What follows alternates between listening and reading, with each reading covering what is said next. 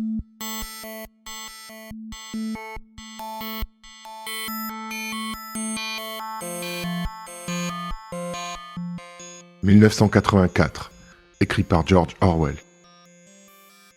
Première partie, chapitre 5.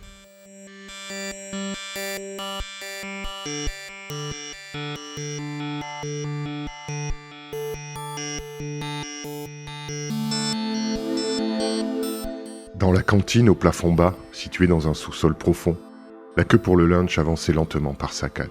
La pièce était déjà comble et le bruit assourdissant. À travers le grillage du comptoir, la fumée du ragoût se répandait, avec une aigre odeur métallique qui ne couvrait pas entièrement le fumet du gin de la victoire. À l'extrémité de la pièce, il y avait un petit bar. C'était un simple trou dans le mur où l'on pouvait acheter du gin à 10 cents, le grand verre à liqueur. « Voilà tout juste l'homme que je cherchais », dit une voix derrière Winston. Celui-ci se retourna. C'était son ami Syme, qui travaillait au service des recherches. Peut-être « ami » n'était-il pas tout à fait le mot juste. On n'avait pas d'amis, à l'heure actuelle, on avait des camarades. Mais il y avait des camarades dont la société était plus agréable que celle des autres. Syme était un philologue, un spécialiste en novlangue. À la vérité, il était un des membres de l'énorme équipe d'experts occupée alors à compiler la 11e édition du dictionnaire novlangue. C'était un garçon minuscule, plus petit que Winston, aux cheveux noirs, aux yeux grands et globuleux, tristes et ironiques à la fois. Il paraissait scruter de près en parlant, le visage de ceux à qui il s'adressait. « Je voulais vous demander si vous avez des lames de rasoir, dit-il. »« Pas une, répondit Winston, avec une sorte de hâte qui dissimulait un sentiment de culpabilité. J'ai cherché partout. Il n'en existe plus. Tout le monde demandait des lames de rasoir. Il en avait actuellement 2 neuves qu'il gardait précieusement. Depuis des mois, une disette de lames sévissait. Il y avait toujours quelque article de première nécessité que les magasins du parti étaient incapables de fournir. Parfois, c'était les boutons. Parfois, la laine à repriser. D'autres fois, c'était les lacets de souliers. C'était maintenant les lames de rasoir qui manquaient. On ne pouvait mettre la main dessus, et quand on y arrivait, qu'en trafiquant plus ou moins en cachette au marché libre. « Il y a 6 semaines que je me sers de la même lame », ajouta Winston qui mentait. La queue avançait d'une autre saccade. Lorsqu'elle s'arrêta, Winston se retourna encore vers Syme. Chacun d'eux préleva, dans une pile qui se trouvait au bord du comptoir, un plateau de métal graisseux. « Êtes-vous allé voir hier la pendaison des prisonniers » demanda Syme. « Je travaillais » répondit Winston avec indifférence. « Je verrai cela au télécran, je pense. »« C'est un succès d'année tout à fait insuffisant » dit Syme. Ses yeux moqueurs dévisageaient Winston. « Je vous connais, semblait-il dire. Je vous perce à jour. Je sais parfaitement pourquoi vous n'êtes pas allé voir ces prisonniers. » Intellectuellement, Syme était d'une orthodoxie venimeuse. Il pouvait parler, avec une désagréable jubilation satisfaite, des raids d'hélicoptères sur les villages ennemis, des procès et des confessions des criminels de la pensée, des exécutions dans les caves du ministère de l'amour. Pour avoir avec lui une conversation agréable, il fallait avant tout l'éloigner de tels sujets et le pousser, si possible, à parler de la technicité du novlangue, matière dans laquelle il faisait autorité et se montrait intéressant. Winston tourna légèrement la tête pour éviter le regard scrutateur des grands yeux sombres. « C'était une belle pendaison, » dit Syme, qui revoyait le spectacle. « Mais je trouve qu'on l'a gâché en attachant les pieds. J'aime bien les voir frapper du pied. J'aime surtout, à la fin, voir la langue se projeter toute droite et bleue, d'un bleu éclatant. Ce sont ces détails-là qui m'attirent. »« Au suivant, s'il vous plaît !»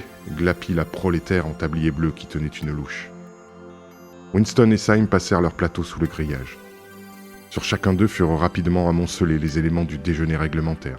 Un petit bol en métal plein d'un ragoût, d'un gris rosâtre, un quignon de pain, un carré de fromage, une timbale de café de la victoire, sans lait, et une tablette de saccharine.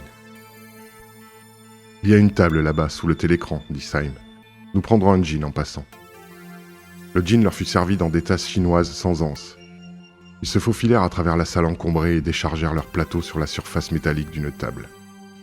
Sur un coin de cette table, quelqu'un avait laissé une plaque de ragoût, immonde brou et liquide qui ressemblait à une vomissure. Winston saisit sa tasse de gin, s'arrêta un instant pour prendre son élan et avala le liquide médicamenteux à goût d'huile. Des larmes lui firent clignoter les yeux. Il s'aperçut soudain, quand il les eut essuyés, qu'il avait faim. Il se mit à avaler des cuillerées de ce ragoût qui montrait, au milieu d'une abondance lavasse, des cubes d'une spongieuse substance rosâtre qui était probablement une préparation de viande. Aucun d'eux ne parla avant qu'ils n'eussent vidé leur récipient. À la table qui se trouvait à gauche, un peu en arrière de Winston, quelqu'un parlait avec volubilité, sans arrêt. C'était un baragouinage discordant, presque analogue à un caquetage d'un canard qui perçait à travers le vacarme ambiant. « Comment va le dictionnaire ?» demanda Winston, en élevant la voix pour dominer le bruit. « Lentement, répondit Syme. J'en suis aux adjectifs. C'est fascinant. » Le visage de Syme s'était immédiatement éclairé au seul mot de dictionnaire. Il poussa de côté le récipient qui avait contenu le ragoût, prit d'une main délicate son quignon de pain, de l'autre son fromage et se pencha au-dessus de la table pour se faire entendre sans crier. « La 11e édition est l'édition définitive, dit-il.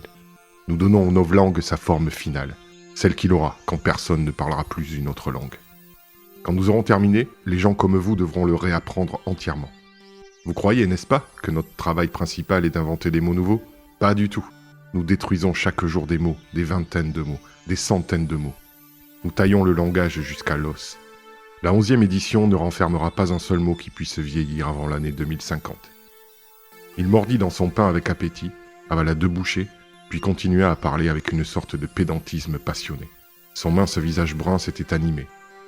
Ses yeux avaient perdu leur expression moqueuse et étaient devenus rêveurs.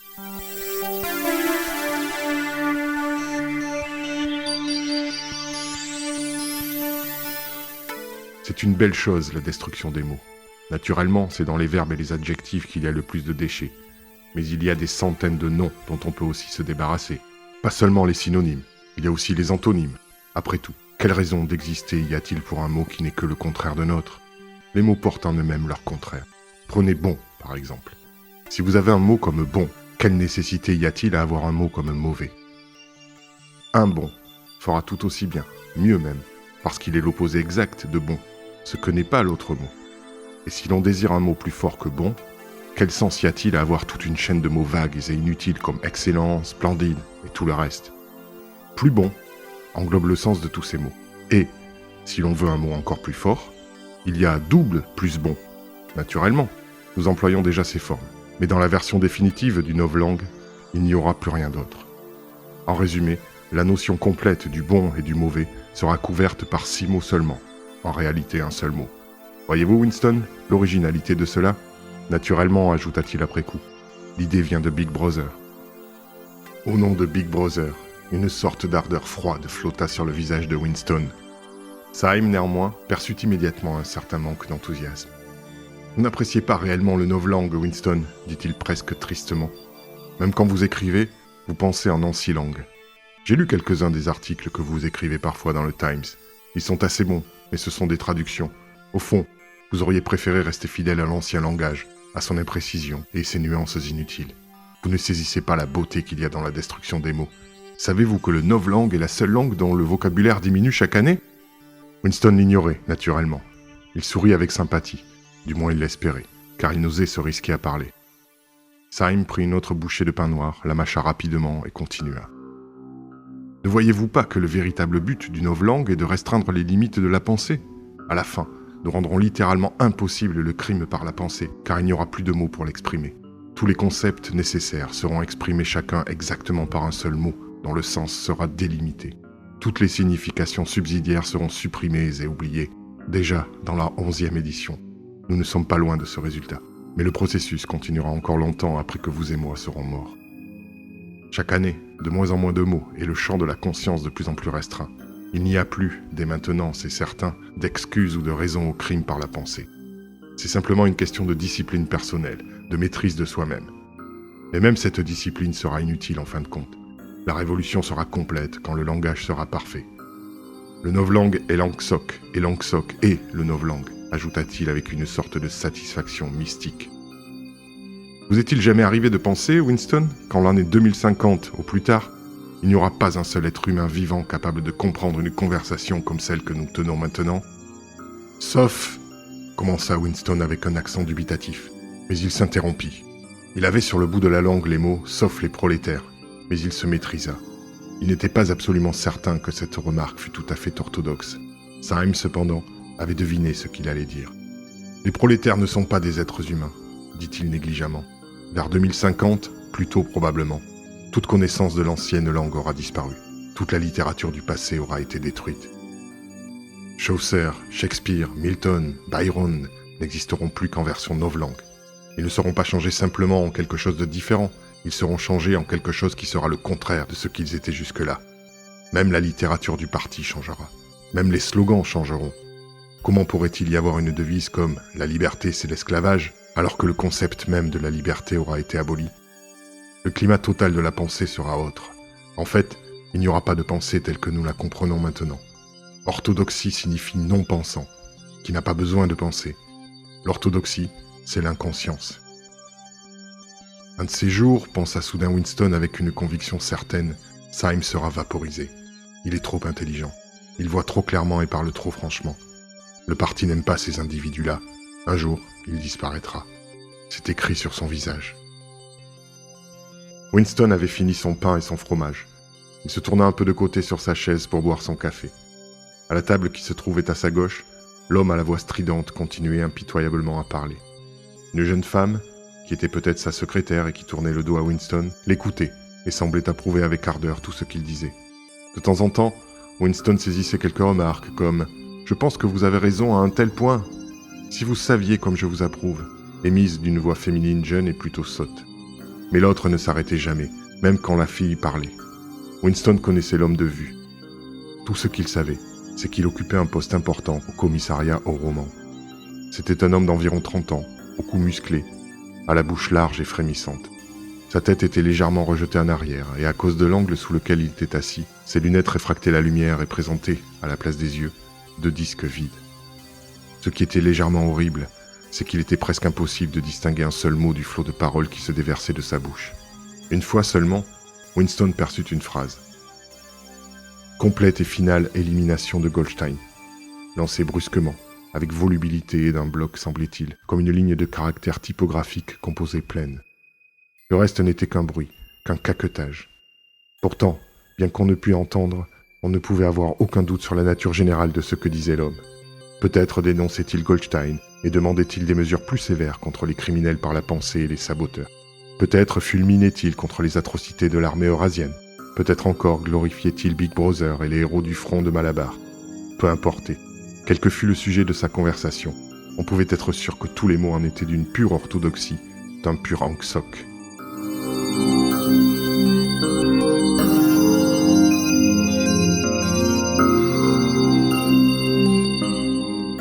Tandis qu'il regardait le visage sans yeux dont la mâchoire manœuvrait rapidement dans le sens vertical, Winston avait l'étrange impression que cet homme n'était pas un être humain réel, mais quelque chose comme un mannequin articulé. Ce n'était pas le cerveau de l'homme qui s'exprimait, c'était son larynx. La substance qui sortait de lui était faite de mots, mais ce n'était pas du langage dans le vrai sens du terme. C'était un bruit émis en état d'inconscience, comme le caquetage d'un canard. Syme, depuis un moment, était silencieux et traçait des dessins avec le manche de sa cuillère dans la flaque de ragoût. La voix, à l'autre table, continuait son caquetage volubile, aisément audible en dépit du vacarme environnant. « Il y a un mot en novlangue, dit Syme. Je ne sais pas si vous le connaissez. Canelangue. Caquetage du canard. C'est un de ces mots intéressants qui ont 2 sens opposés. Appliqué à un adversaire, c'est une insulte. Adressé à quelqu'un avec qui l'on est d'accord, c'est un éloge. Indubitablement, Syme sera vaporisé, pensa de nouveau Winston. Il le pensa avec une forte tristesse, bien qu'il sût que Syme le méprisait et éprouvait pour lui une légère antipathie.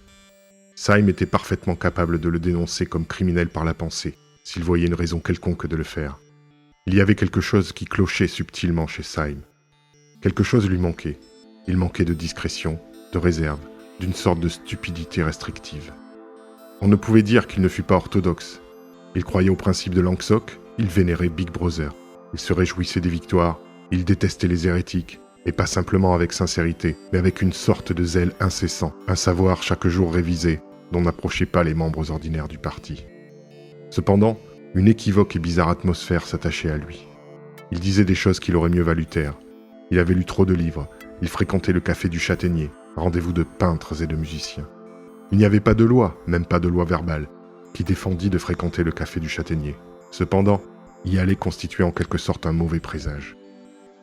Les vieux meneurs discrédités du parti avaient l'habitude de se réunir là, avant qu'ils fussent finalement emportés par l'épuration. Goldstein lui-même, disait-on, avait parfois été vu là, il y avait des dizaines d'années. Le sort de Syme n'était pas difficile à prévoir. C'était un fait pourtant que s'il soupçonnait, ne fût-ce que 3 secondes, la nature des opinions de Winston, il le dénoncerait instantanément à la police de la pensée. Ainsi, d'ailleurs, ferait n'importe qui, mais Syme, plus sûrement que tout autre. Ce zèle, cependant, était insuffisant. La suprême orthodoxie était l'inconscience.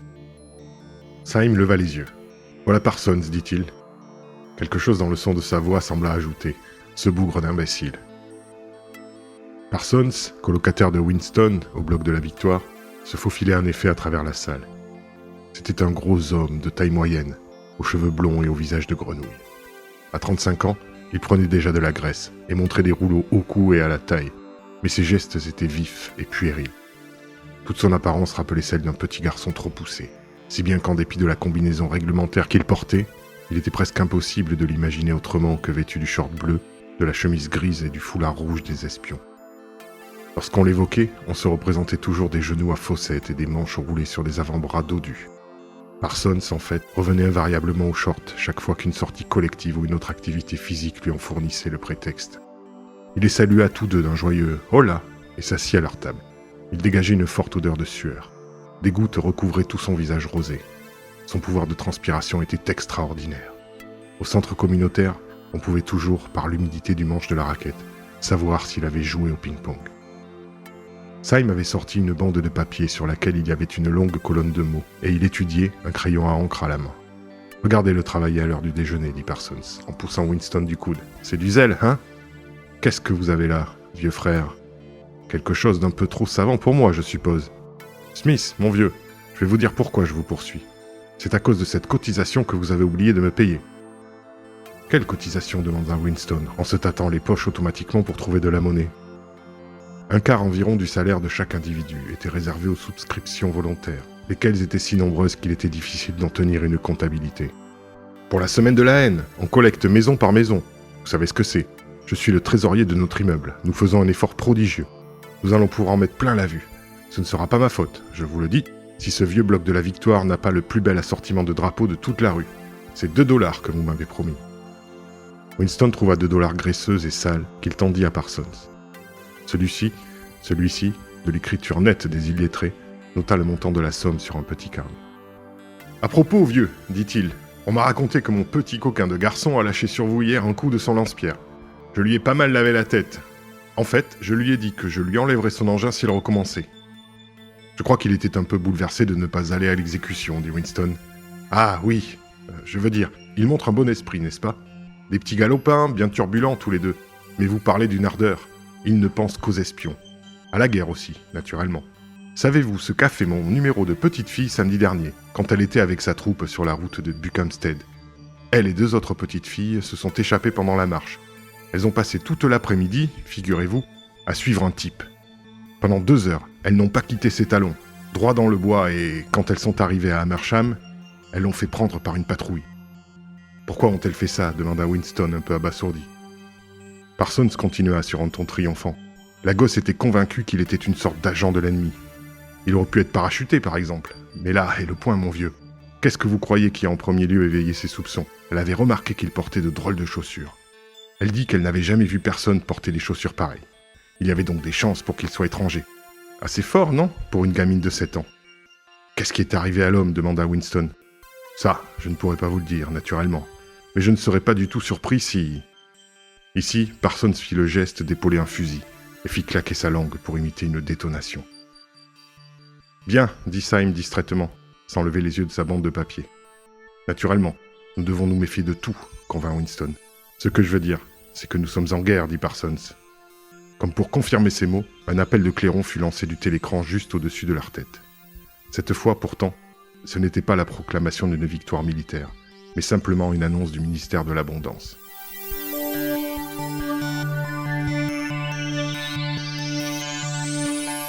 Camarades !» cria une jeune voix ardente. « Attention, camarades, nous avons une grande nouvelle pour vous. Nous avons gagné la bataille de la production. Les statistiques, maintenant complètes, du rendement dans tous les genres de produits de consommation, montrent que le standard de vie s'est élevé de rien moins que 20% au-dessus du niveau de celui de l'année dernière. Il y a eu ce matin, dans tout l'Océania, d'irrésistibles manifestations spontanées de travailleurs qui sont sortis des usines et des bureaux et ont défilé avec des bannières dans les rues.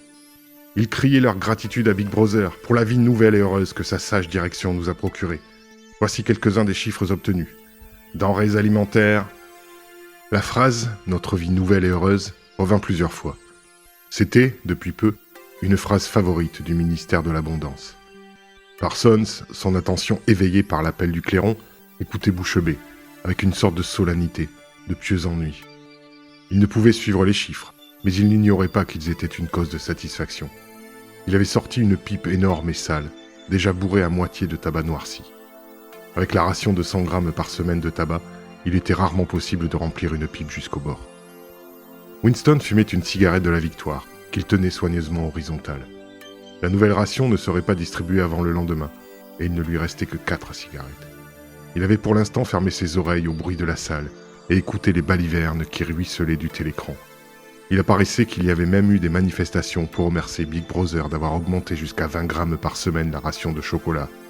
Et ce n'est qu'hier, réfléchit-il, qu'on a annoncé que la ration allait être réduite à 20 grammes par semaine.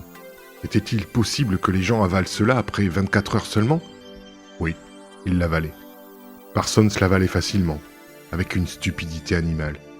La créature sans yeux de l'autre table l'avalait passionnément, fanatiquement, avec un furieux désir de traquer, de dénoncer et de vaporiser quiconque s'aviserait de suggérer que la ration était de 30 grammes. Il n'y avait de cela qu'une semaine. Syme lui aussi avalait cela, par des cheminements toutefois plus complexes, qui impliquaient la double pensée. Winston était-il donc le seul à posséder une mémoire ? Les fabuleuses statistiques continuaient à couler du télécran. Comparativement à l'année précédente, il y avait plus de nourriture, plus de maisons, plus de meubles, plus de casseroles, plus de combustible, plus de navires, plus d'hélicoptères, plus de livres, plus de bébés, plus de tout en dehors de la maladie, du crime et de la démence. D'année en année, de minute en minute, tout, les choses, les gens, tout s'élevait, dans un bourdonnement. Winston, comme Syme l'avait fait plus tôt, avait pris sa cuillère et barboté dans la sauce pâle qui coulait sur la table. Il étirait en un dessin une longue bande de cette sauce et songeait avec irritation aux conditions matérielles de la vie. Est-ce qu'elle avait toujours été ainsi ? Est-ce que la nourriture avait toujours eu ce goût-là ? Il jeta un regard circulaire dans la cantine. Une salle comble, au plafond bas, aux murs salis par le contact de corps innombrables. Des tables et des chaises de métal cabossées, placées si près les unes des autres que les coudes des gens se touchaient. Des cuillères tordues, des plateaux bosselés, de grossières tasses blanches, toutes les surfaces graisseuses et de la crasse dans toutes les fentes. Une odeur composite et maigre de mauvais gin, de mauvais café, de ragoûts métalliques et de vêtements sales. On avait toujours dans l'estomac et dans la peau une sorte de protestation, la sensation qu'on avait été dupé, dépossédé de quelque chose à quoi on avait droit. Il était vrai que Winston ne se souvenait de rien qui fût très différent. À une époque dont il put se souvenir avec précision, il n'y avait eu tout à fait assez à manger. On n'avait jamais eu de chaussettes ou de sous-vêtements qui ne fussent pleins de trous. Le mobilier avait toujours été bosselé et branlant, les pièces insuffisamment chauffées, les rames de métro bondées, les maisons délabrées, le pain noir. Le thé était une rareté, le café avait un goût d'eau sale, les cigarettes étaient en nombre insuffisant. Rien n'était bon marché et abondant, à part le gin synthétique.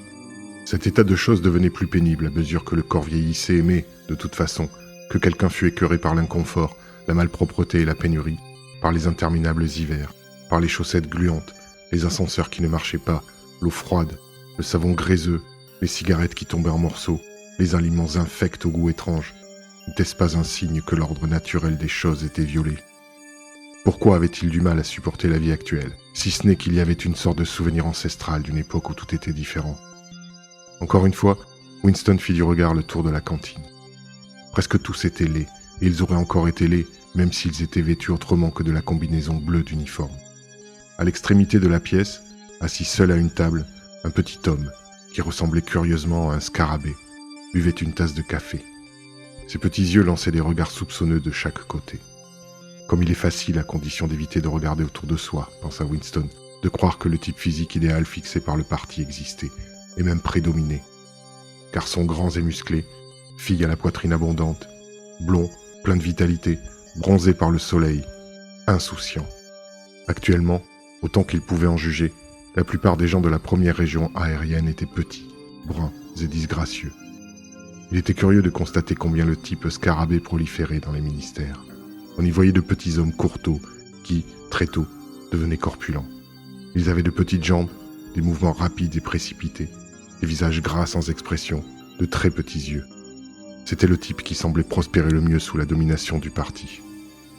L'annonce du ministère de l'Abondance s'acheva sur un autre appel de clairon et fit place à une musique criarde.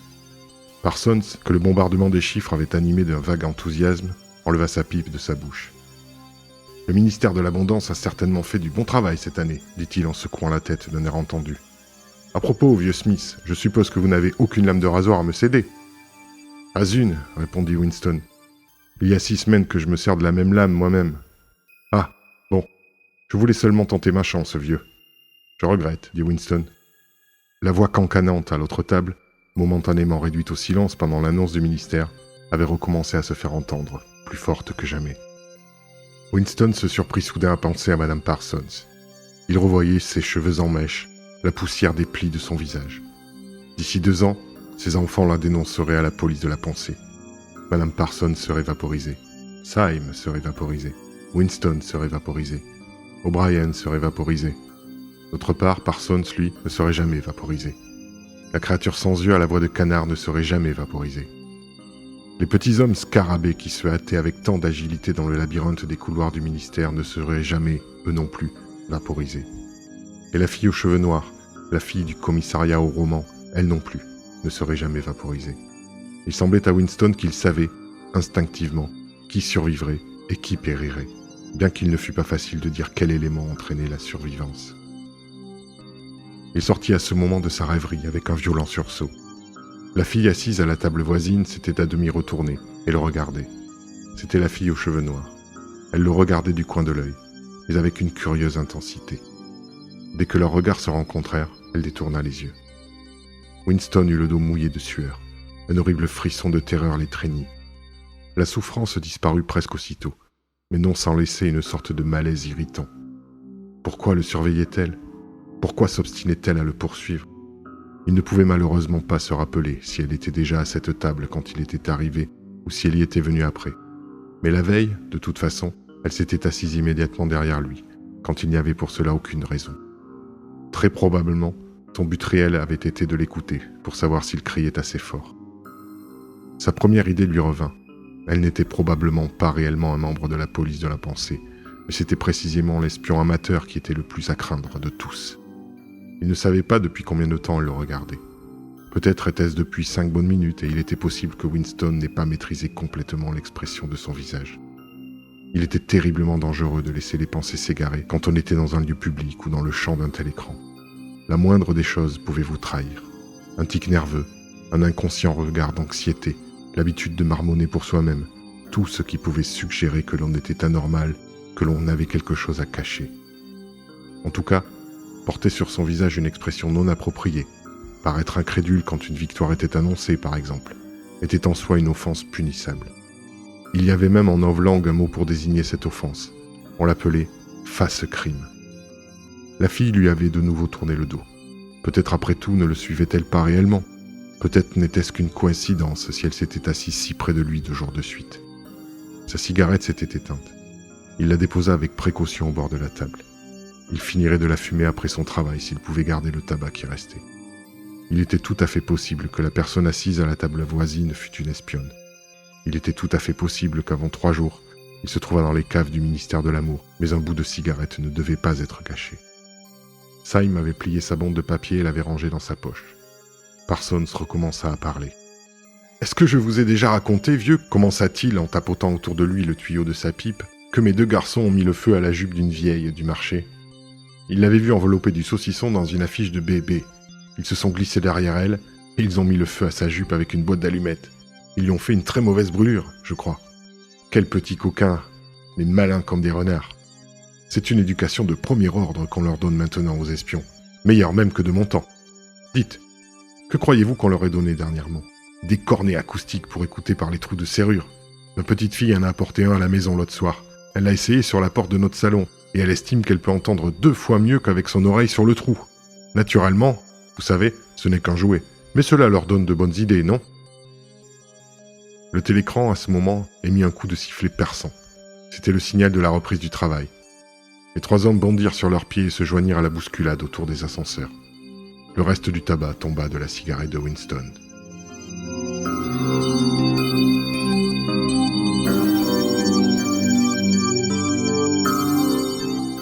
Fin de la lecture du 5e chapitre de la première partie de 1984, écrit par George Orwell. En vous invitant à vous abonner à la chaîne pour soutenir notre travail et être informé de la mise en ligne des prochains épisodes. À bientôt sur Frisson d'hiver.